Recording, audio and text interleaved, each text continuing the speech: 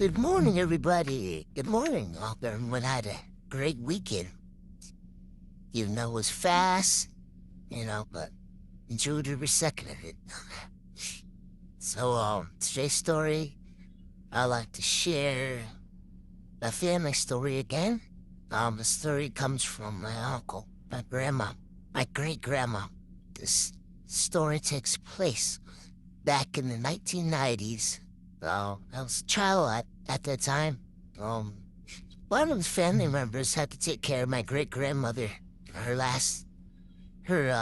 late years here. So, we had no electricity, running water. My mother and I had to take care of her, and then another family member would come in, and there would be times where, whoever is watching her, taking care of her, they'd be some disturbances at night, unwanted guests, visitors, we had a lot of visitors. So one of this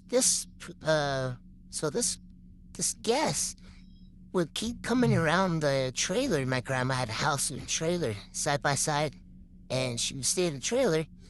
So this guest would come by the trailer, bang on the walls, the door, and she would get up and, say, come in Navajo, it'd be wish that, she'd be saying that to this thing outside, and they'd be trying to get in. They'd just be hitting the door, and she would say, come in Navajo, and then,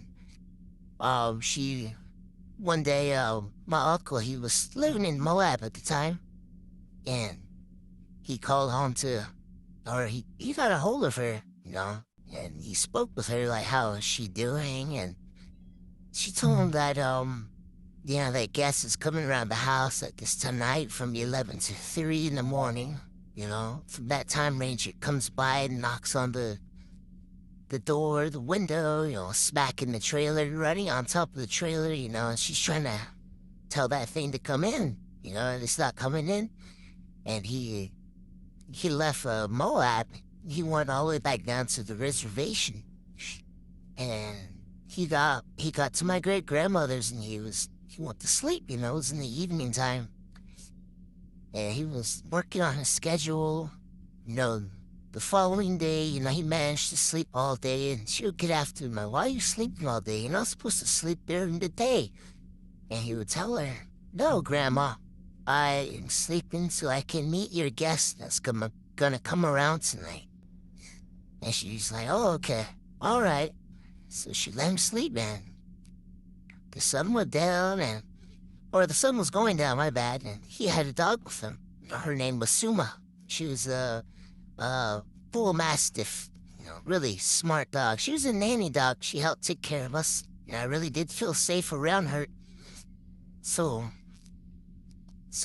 he trained this dog to hunt skinwalkers. So I have plenty of skinwalker stories from him, and he has a lot that he hasn't shared yet with me. So he trained this dog. This dog was a fearless dog, and he opened the window, one of the rooms. He was sleeping in the middle room, the really skinny windows, right? So he opened that up, and he sat in the closet, kind of like adjacent to it, kind of like across from it, but not so much across directly. But if you crack the closet window, you can have a great vision of the closet door. If you crack the closet door, you'll see the window, right? So he sat in there. He cracked the closet door about at least an inch or so, or maybe less than an inch. And he sat there. He loaded his gun. He had British 303, or a 30-30, my bad. He had a 30-30 rifle. And his dog, sat in front of him. They were just looking out the crack together. And he said that a cool breeze came through the window and hit him right in the face. And he fell asleep. He said he doesn't know how he fell asleep, but he did.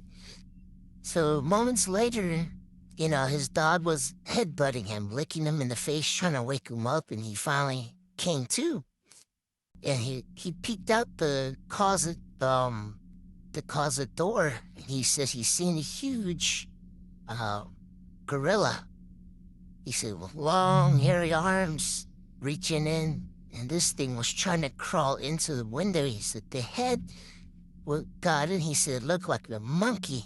And he said that it fit his whole arm and his shoulders, and he's trying to get his head in there. He's trying to crawl in that little window. He said he was watching it. He jumped back into the closet. He doesn't get scared that easily. He jumped back in the closet, and it scared him. And he kicked open the sliding door. He grabbed his dog and he threw his dog out. This dog turned into a torpedo, flew right to this, I would say Bigfoot, Sasquatch, tackled him. They went out the window, and he said that his dog was fighting it outside the trailer. They both fell out the trailer, and he was trying to make his way down the hallway. He was stumbling back and forth. He doesn't even know what happened to him. He still can't explain that to this day. He might think it's a little bit of a witchcraft element, but I don't know. So he made his way down the long, skinny hallway, falling everywhere, and my great-grandmother was yelling at him, "What are you doing? What's going on?" Skating in the back room from Navajo, and he made his way all the way to the door, and he turned on his light, and he said that monkey and his dog rolled underneath the truck, and he heard his dog yelp, and the dog came crawling out, and he said this thing crawled out from underneath the truck. He said it started running. He was hearing the steps, boom, boom, boom, boom. He said this thing was heavy, very heavy and fast, because this thing was flying down, a quarter of a mile, really, really fast. And the moon was out, the stars was out, and he grabbed his rifle. He pointed to this hill. There's this one last hill. Then it drops down into a wash, and that wash runs all the way down into San Juan River. It goes west towards Navajo Mountain. So this thing was running that way, making its way to that wash. And he timed it just right. He let go of, he squeezed the trigger on that rifle, and he shot ahead of it. And, he guessed just right. This thing got right on the hill, and the bullet met the back of its head. And then he said the bullet, it ricocheted off his head. He said it made a huge whistling noise. It was spiraling up into the sky. He said the bullet looked like it was on fire. It was red hot. And he said that scream, he said it let out a horrible scream like a woman dying. And this thing was falling, running away and falling. He said each time it fell, he could hear it collapse. And when it would run away, he would hear the steps, boom, boom, boom, then fall, and then would get up and scream, and it ran off into the night. And, that's something like another Bigfoot story. My uncle.